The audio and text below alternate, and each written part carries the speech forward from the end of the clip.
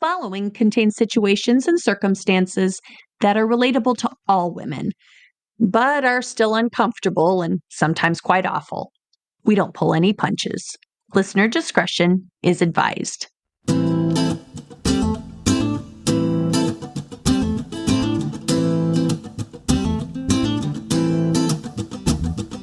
Life's a foolish game. Do you ever feel the same? Well, maybe we could change, turn the ship another way. Feel it in the darkness, we're sailing right into those jagged cliffs. Yeah.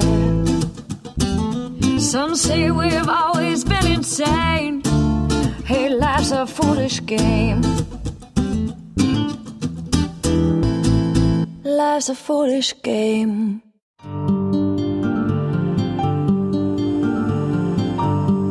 Strong women never have it easy. When the one you love is attacked, it's only right to demand justice and retribution. Then again, when everyone else is able to move past it, is it right to stand in the way? Welcome to Frenemies, a Toil and Trouble Media original. On this show, we examine notable women and the rivalries that help define them. Today, we return to the 2020 Democratic presidential campaign, with Kamala getting a job offer and Jill biting her tongue. Kamala must have felt like she'd won a victory in court when she took the phone call from Joe Biden. After everything, he'd picked her to be his running mate. She'd overcome many challenges before she made it to that point, not the least of which was Jill, who was still nursing a grudge from the first primary debate when she called him a racist, without really calling him a racist. But above anything, Joe was a dedicated public servant, and he really wanted the best candidate for his running mate. Pushing all the attacks and awkwardness between them aside, he simply asked, "Are you ready to work?" That she was, but she knew they weren't talking election strategies. That would come later. Today was about declaring fealty. She had to be willing to bend the knee. She was okay with that. Understanding how important loyalty was to the Bidens, she anticipated the topic coming up and was almost relieved it had surfaced so quickly. Nor was she offended by assuring her new boss of her intentions. It wasn't the office she'd hoped for, but it was still a step in the right direction. There was a lot she could do while she worked her way to the top. But she soon learned vetting was only the beginning. If she wanted the job, she would have to play by his rules and stick to his agenda. There would be no improvising, no going off script. Joe and his team needed to know she was trustworthy, or they'd pick somebody else. To prove it, Team Biden pulled a page out of Obama's playbook.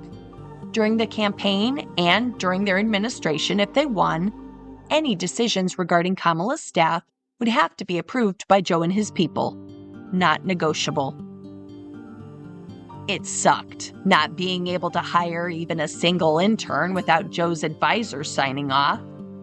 But it was still better than being left out at all. And Kamala figured if she did as he asked, in time he'd learn to trust her. She also had to smooth things over with Joe's family, in particular with Jill. That wouldn't be easy. Jill wasn't one to let things drop with an apology. She could happily carry a grudge for years. Kamala would have to navigate that field of landmines carefully. And she would have to share more. His advisors and the DNC pushed her to turn over her email campaign list and a list of her super PAC supporters. As a physical gesture, of course. Like kissing the ring. But her team pushed back. Giving them the list meant losing control of it and probably access to it altogether. What if the proposed arrangement fell apart and she decided to go through with the election? But Kamala thought about it and conceded, figuring the gesture of goodwill had more value than donor records. Months later, when the list still hadn't arrived at the DNC, her aides claimed the transfer was held up by a complaint about the Biden campaign lodged with the Federal Election Commission. Oops. Cordial, though not close, Joe aimed to model his working relationship with Kamala on his own vice presidency experience and instructed his aides accordingly. He held weekly lunches, just as Obama had with him, and invited her to sit in on his morning intelligence briefings. Even then, some pondered whether his tenure in the position would apply to someone with far different qualifications and skills in such a different political climate. Jill listened attentively and wondered aloud if they were right. But when they brought up these concerns, Joe emphatically put his foot down. This, too, was a non-starter, and Jill dutifully agreed. Instead, she focused her ire on another woman that was currently pissing her off, Betsy DeVos, whom she criticized bitterly for reopening schools during the COVID-19 pandemic for political reasons and not science. Quote, "Schools and parents alike want a clear science-based strategy, not mixed messages and ultimatums. The first thing Joe's going to do is pick a Secretary of Education who is a public school educator and has experience in the classroom. I mean, I hear that again and again and again. No more Betsy DeVos." On the second night of the Democratic National Convention, held virtually that August, Jill spoke from the classroom at Brandywine High School, where she had once taught English. Drawing parallels between families and the plight of the country, she asked, quote, "How do you make a broken family whole? The same way you make a nation whole, with love and understanding and with small acts of kindness, with bravery, with unwavering faith." If her words made it seem that all's well that ends well, that was okay with her. But of course it wasn't. Not really. Throughout the rest of the campaign, Kamala did as she was told, standing by his side with a smile on her face, never standing out too much. After the major networks called the election for them, her call was recorded for posterity and became one of the 10 most liked tweets of the year. "We did it! We did it, Joe! You're going to be the next president of the United States!" In December of 2020, Joseph Epstein wrote an op-ed piece for the Wall Street Journal in which he questioned Jill's use of the term doctor and urged her to drop it, on the grounds that she was not a medical doctor.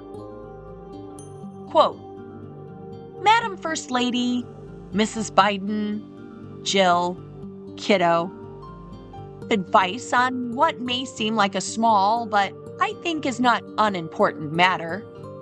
Any chance you might drop the doctor before your name?"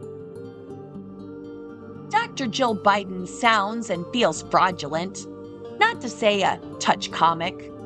Your degree, I believe, is a doctor in education, earned at the University of Delaware through a dissertation with the unpromising title, Student Retention at the Community College Level, Meeting Students' Needs.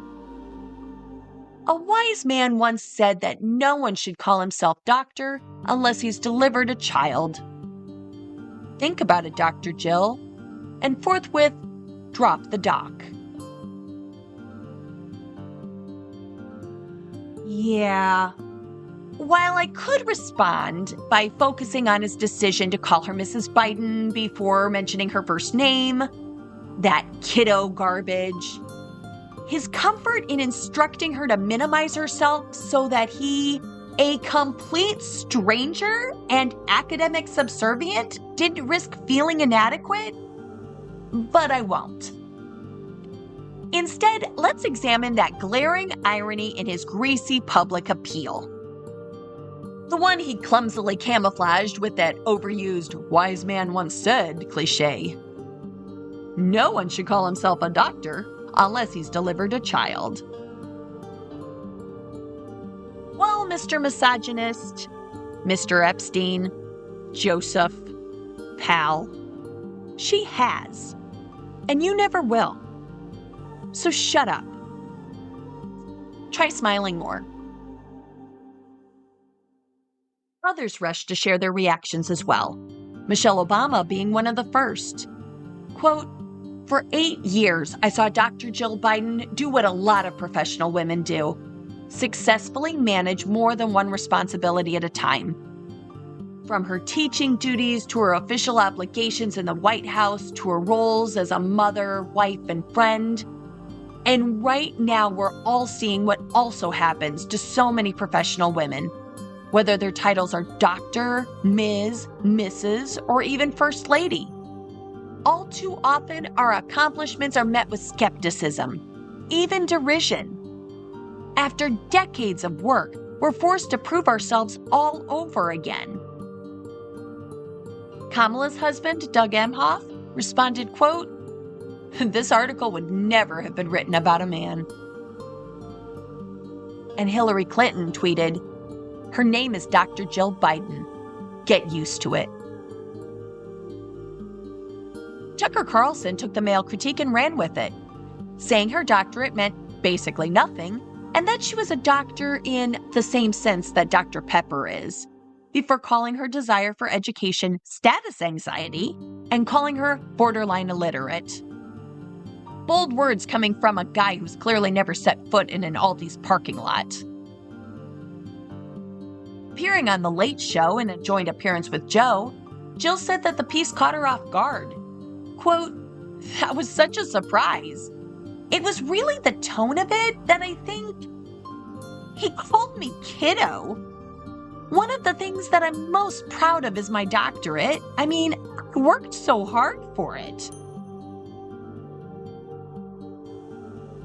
Kamala resigned her seat on the Senate on January 18, 2021, prior to the inauguration on January 20th, and was replaced by California Secretary of State Alex Padilla.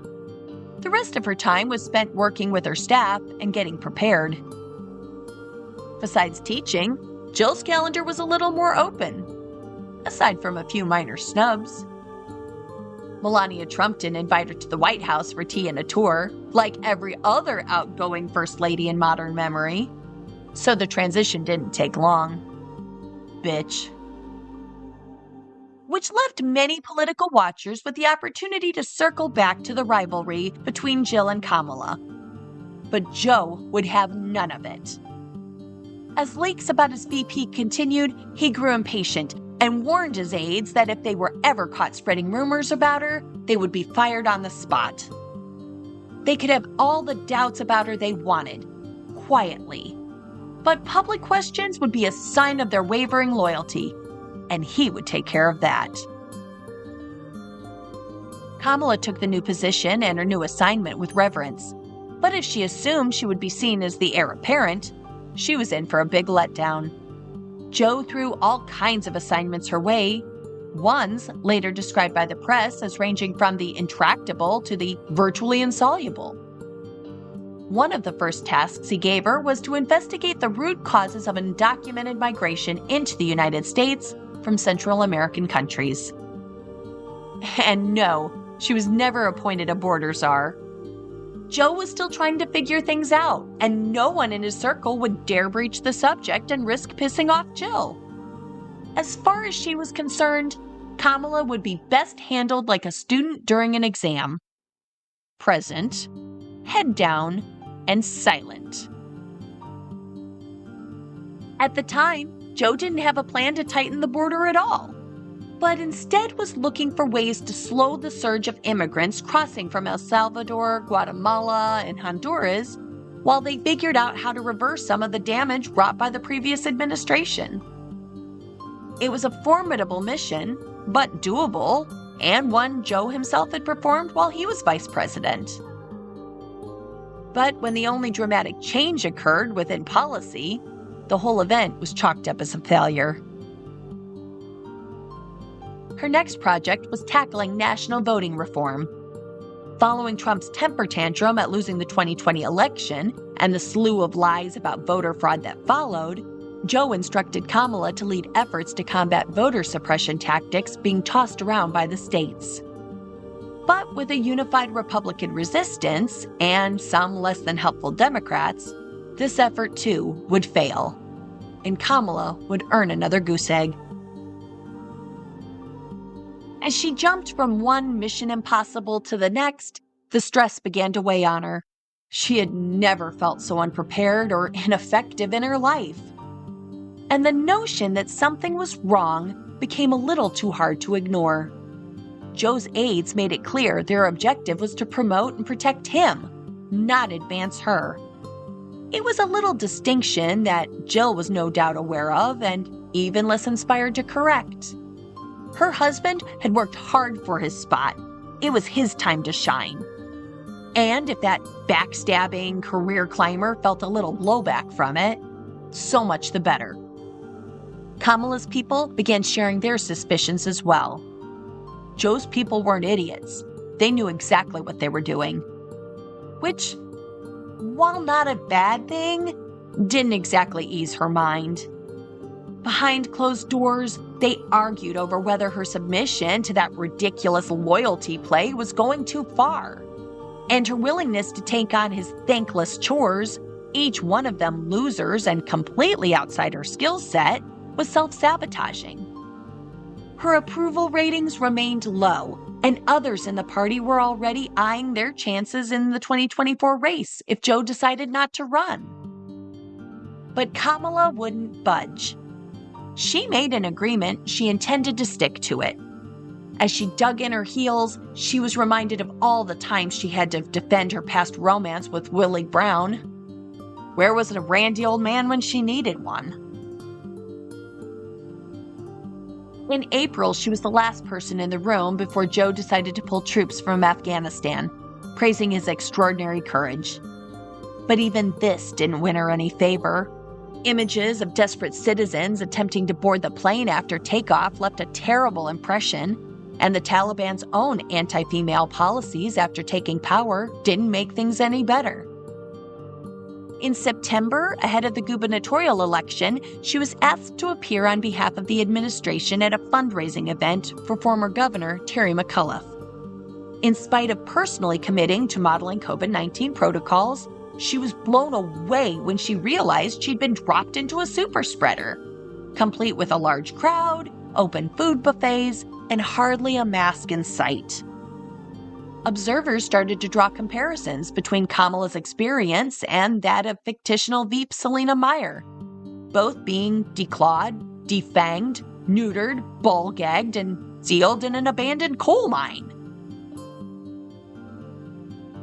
As the stress and frustration mounted, so did the resignations from within her office, including her chief of staff, deputy chief of staff, press secretary, deputy press secretary, communications director, and chief speechwriter.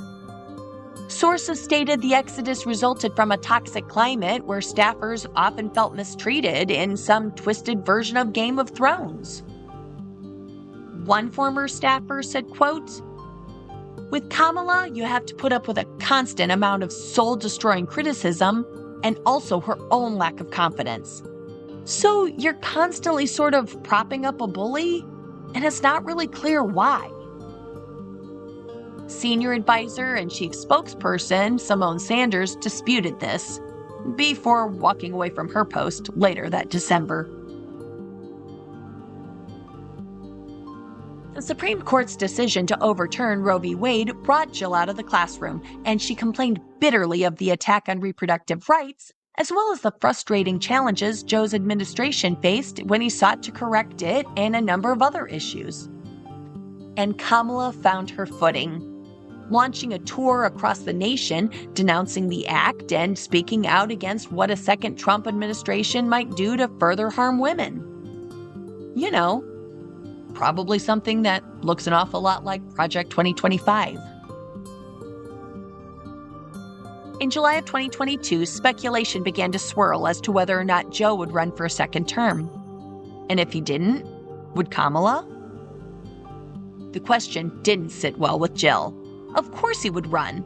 Joe had done a fine job and deserved a second term. And unable to do anything besides loathe any connection to Kamala, she couldn't help but see the conjecture as another betrayal. At a fundraiser in San Francisco, she was asked by a donor as to whether or not Kamala was representing them well. In response, the doctor paused. "A while," certainly long enough to make it noticeably awkward. Before changing the subject, but what about Ketanji? In spite of early announcements that Joe intended to run again with his vice by his side, Kamala held private meetings with a small group of advisors to discuss her options. Upon learning this, Jill blew her stack. She knew it. Kamala was a traitor. She hadn't changed. She just duped him into adding her to the ticket with the intent of running herself. Finally, it all made sense. Everything that went wrong with his platform was her fault. And she fumed, at first to her circle, then to reporters. Jill despises Kamala, make no mistake about it, an insider told OK Magazine. As if on cue, Team Biden and Team Harris took swings at each other as well, both accusing the other of ruining the administration. On July 16, 2022, Jill spoke about how her husband had so many hopes and plans for things he wanted to do, but due to inflation, the pandemic, and other issues, wasn't able to make much progress. Quote, "He's just had so many things thrown his way.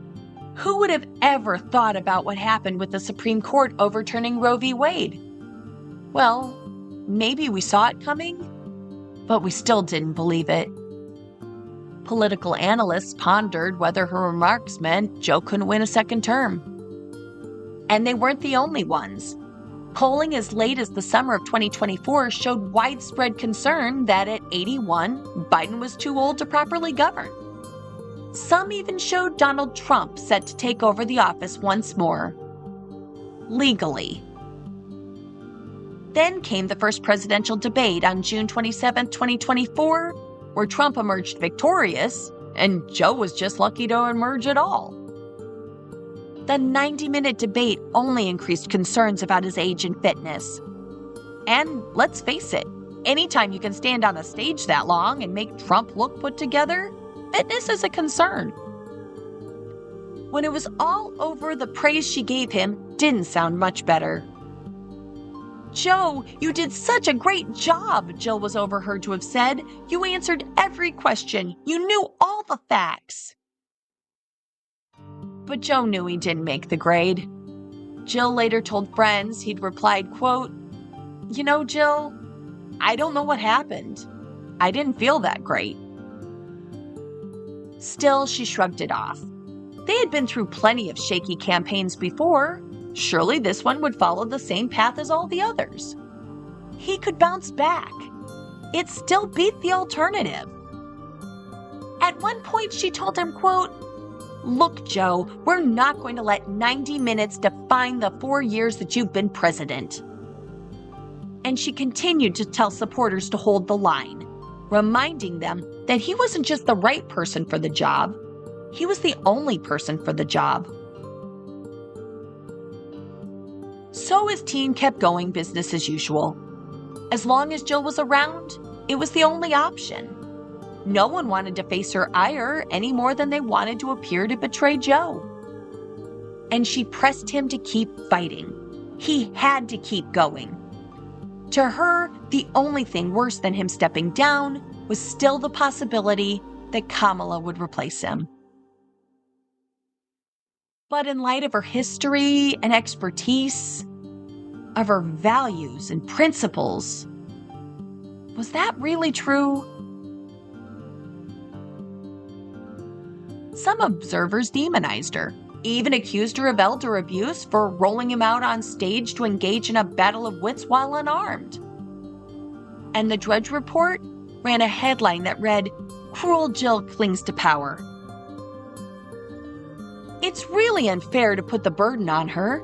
She's his spouse. She's not a politician, Michael LaRosa, her former press secretary, told The Hill.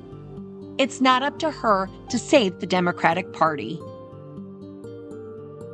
After the debate, the Bidens retreated back to Camp David to discuss the fate of his campaign. True to her word, Jill continued to reject surrender and urged him to keep fighting. And she took his place at several stops in battleground states, continuing to insist that Joe had what it took to beat Trump again. But it was a disastrous phone-in interview with ABC in which Joe sounded even more garbled and confused that finally pushed supporters over the edge. Not long after, 18 House Democrats and actor George Clooney called for him to step down. After hosting a fundraiser that collected $28 million for his campaign, the actor penned a scathing op-ed for the New York Times in which he wrote, "I love Joe Biden. I consider him a friend and I believe in him. Believe in his character, believe in his morals. In the last 4 years, he's won many of the battles he's faced. But the one battle he cannot win is the fight against time. None of us can. It's devastating to say it, but the Joe Biden I was with 3 weeks ago at the fundraiser was not the Joe big fucking deal Biden of 2010. He wasn't even the Joe Biden of 2020. He was the same man we all witnessed at the debate."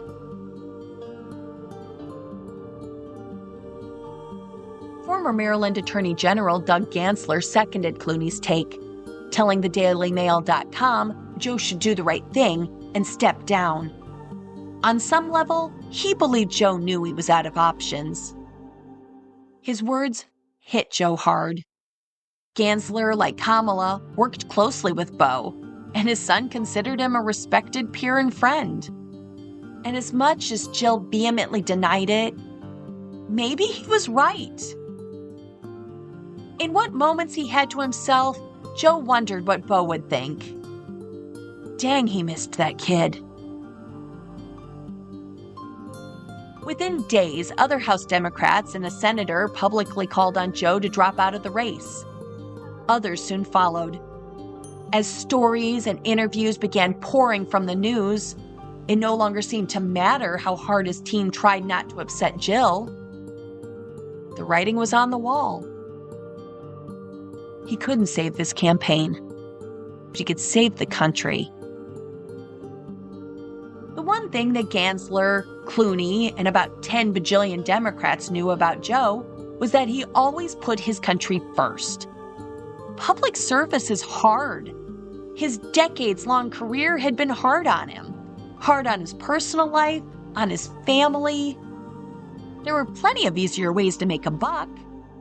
Relying on a wealthy father to bankroll your own college and a series of failed casinos being one. But Joe was never in it for personal gain. He truly loved what he was doing and genuinely wanted to make things better. Even when it meant reaching across the aisle and making a deal. Being cordial to a peer that was racist as hell. Or bringing on a young rival because it was the right thing to do. Whatever Jill's feelings about Kamala were, adding her to the ticket had been the right thing to do. It wasn't always the most comfortable decision. Jill certainly gave it to him with both barrels. But he never regretted it. In a lot of ways, he won the presidency because of it. And he knew she could do it. Hadn't she been tested for 4 straight years? Given impossible assignments, left hanging out there on her own, had her hands tied behind her back countless times by an invisible string of devotion. How many times did the public speculate that merely taking the office was her own political future's kiss of death? He had lost count of the times she could have defended herself, thrown him under the bus, or pointed to her own disadvantages in order to minimize losses. But she didn't. She held true to her word. After all of that, was there really anyone more qualified than her? On July 21st, 2024, Joe withdrew from the presidential race. His last act as the Democratic frontrunner was to endorse Kamala. Quote, "My very first decision as the party nominee in 2020 was to pick Kamala Harris as my vice president, and it's been the best decision I've made. Today, I want to offer my full support and endorsement for Kamala to be the nominee of our party this year." When it was all said and done, when all the dust cleared and all the tension and backbiting was behind them, when all that remained were two people with personal and professional history between them, Joe backed his protege. Jill said nothing. She already knew. Loyalty runs both ways. Kamala hit the ground running, responding that she was honored to have his endorsement and vowing to earn the nomination and the election in the little time that was left. Democrats took to the airwaves, pointing to her prior life as a prosecutor as a key advantage running against Trump. More traditional Republicans focused on the virtually unheard-of nature of such a move, while the MAGA branch of the party cried foul and threatened to take it to court. But it was never clear who they intended to sue over it. Joe? The DNC? I suppose they could always ask Kamala, being a former AG and all. As of the time of this recording, Jill seems content to support her husband as his political career winds to an end. Cameras caught images of them lounging on a beach. Certainly a better event than they'd earlier planned. If she still harbors a grudge against Kamala, and there's every chance she does, Jill's put it to rest. She's got better things to do. Kamala, too, has moved past the awkward situation that started so many years ago, but drew some very different lessons from it. She stuck to her debate strategy. On September 10th, 2024, she shook Trump's hand and began her introductory statements, sounding more like a trial's opening arguments. And similar to her first presidentially adjacent debate, she also showed emotion when discussing reproductive rights and reminding viewers that no matter what divides us, we can always come together to make things better. Bo would have appreciated that. For his part, Trump didn't appear to enjoy coming up against her any more than Joe. At one point, avoiding a question to emphatically declare immigrants in Ohio were eating pets.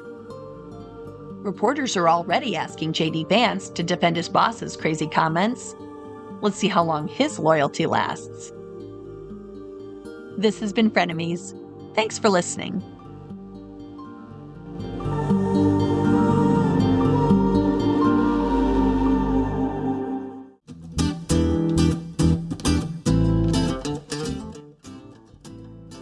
Frenemies is a production of Toil and Trouble Media, executive produced by Jennifer Beck. This episode was also written and performed by Jennifer Beck. I'm kind of a big deal. Additional production assistance was provided by Erin Iris, and our music was performed by Snowflake and Admiral Bob. Thanks, guys. If you've enjoyed this podcast, please leave us a 5-star review wherever you listen and tell your friends. It's a cheap way to support us, and it really helps the show get noticed. Tell your frenemies, too. We're good with that. And be sure to subscribe wherever you listen and follow us on social media so you'll never miss an episode. If you want even more Toil and Trouble media in your life, be sure to check out our Patreon page, where, for a couple bucks, you can get access to early and ad-free episodes of all our shows, and our website at toilandtroublemedia.com, where we have merch, blogs, and much more. And as always, thanks for listening.